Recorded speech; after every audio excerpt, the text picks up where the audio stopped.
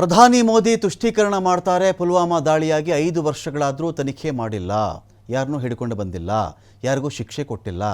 ಅವತ್ತಿನ ರಾಜ್ಯಪಾಲರೇ ಈ ದಾಳಿ ಬಗ್ಗೆ ಮಾತನಾಡಿದ್ದಾರೆ ಅಂತ ಆರೋಗ್ಯ ಸಚಿವ ದಿನೇಶ್ ಗುಂಡೂರಾವ್ ಕೂಡ ಕಿಡಿಕಾರಿದ್ದಾರೆ.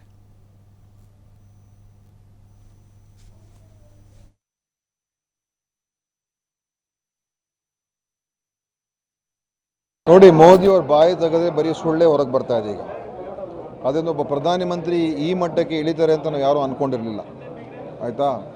ಅದರಿಂದ ಇವರು ಈಗ ಯಾವ್ಯಾವ ವಿಚಾರಕ್ಕೆ ಏನಕ್ಕೆ ಮಾತಾಡ್ತಾರೆ, ಏನು ಆಧಾರ ಇದೆ, ಏನೂ ಅರ್ಥ ಆಗ್ತಾ ಇಲ್ಲ ನಮಗೆ. 10 ವರ್ಷ ಪ್ರಧಾನಮಂತ್ರಿಯಾಗಿ ಅವರು ತಮ್ಮ ಸಾಧನೆ, ತಮ್ಮ ಒಂದು ಅವರ ಕಾಲದಲ್ಲಿ ಏನೇನು ಮಾಡಿದ್ರು ಅದ್ರ ಬಗ್ಗೆ ಚರ್ಚೆನೇ ಇಲ್ಲ.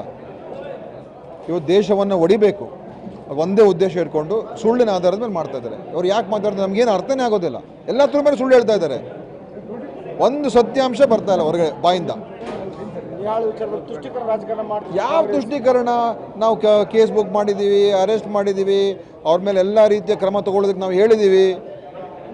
ಮತ್ತು ಅವ್ರ ಮನೆಗಳಿಗೆಲ್ಲ ನಾವು ಭೇಟಿ ಕೊಟ್ಟಿದ್ದೀವಿ. ಅದಕ್ಕೆ ರಾಜಕಾರಣ ಯಾಕೆ ಮಾಡಬೇಕು? ತುಷ್ಟೀಕರಣ ಯಾಕೆ ಮಾಡಬೇಕು? ಅವಶ್ಯಕತೆ ಏನಿದೆ? ಏನು ಲಾಭ, ಏನು ನಷ್ಟ? ತುಷ್ಟೀಕರಣ ಮಾಡ್ತಾ ಇರುವಂಥದ್ದು ರಾಜಕೀಯದ ಲಾಭ ಪಡ್ಕೊಳ್ಳೋದಕ್ಕೆ ಹರಸಾಹಸ ಮಾಡ್ತಾ ಇರೋದು BJP ಅವರು. ನಾವು ಮಾಡ್ತಾ ಇಲ್ಲ, ಅವ್ರು ಮಾಡ್ತಾವ್ರೆ. ಅದು ಪುಲ್ವಾಮಾ ಬಗ್ಗೆ ಯಾಕೆ ಮಾತಾಡ್ತಾ ಇಲ್ಲ? ಪುಲ್ವಾಮಾದಲ್ಲಿ 40-45 ಯೋಧರು ಸತ್ತೋದ್ರು. ಯಾಕೆ ಸತ್ತೋದ್ರು ಗೊತ್ತಾ?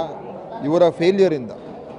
ಮಾಹಿತಿ ಇದ್ದರೂ ಕೂಡ ಆ ಪ್ಲೇನ್ ಹೆಲಿಕಾಪ್ಟರ್ಗಳನ್ನು ಕೊಡ್ದೇ ನೀವು ರಸ್ತೆಯಲ್ಲೇ ಹೋಗಿ ಅಂತ ಹೇಳಿ ಸರಿಯಾದ ಸೆಕ್ಯೂರಿಟಿ ಕೊಡ್ದೇ ಅವರು ಇದುವರೆಗೂ ಕೂಡ 10 ವರ್ಷ ಆಗಿದೆ, 5 ವರ್ಷ ಆಗಿದೆ, ಇದುವರೆಗೂ ಕೂಡ ಯಾಕಾಯಿತು?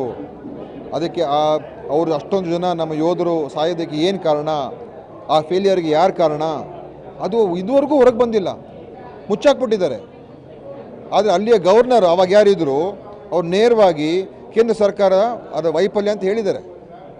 ಅಲ್ಲಿದ್ದಂಥ ಆವತ್ತಿನ ಗವರ್ನರ್, ಆಡಳಿತದಲ್ಲಿದ್ದಂಥ ಗವರ್ನರೇ ಸತ್ಯಪಾಲ್ ಮಲಿಕ್ ಅವ್ರು ಹೇಳಿದ್ದಾರೆ ಇವ್ರ ವೈಫಲ್ಯ ಅಂತ. ಇದನ್ನು ಮುಚ್ಚಾಕ್ಬಿಟ್ಟಿದ್ದಾರೆ.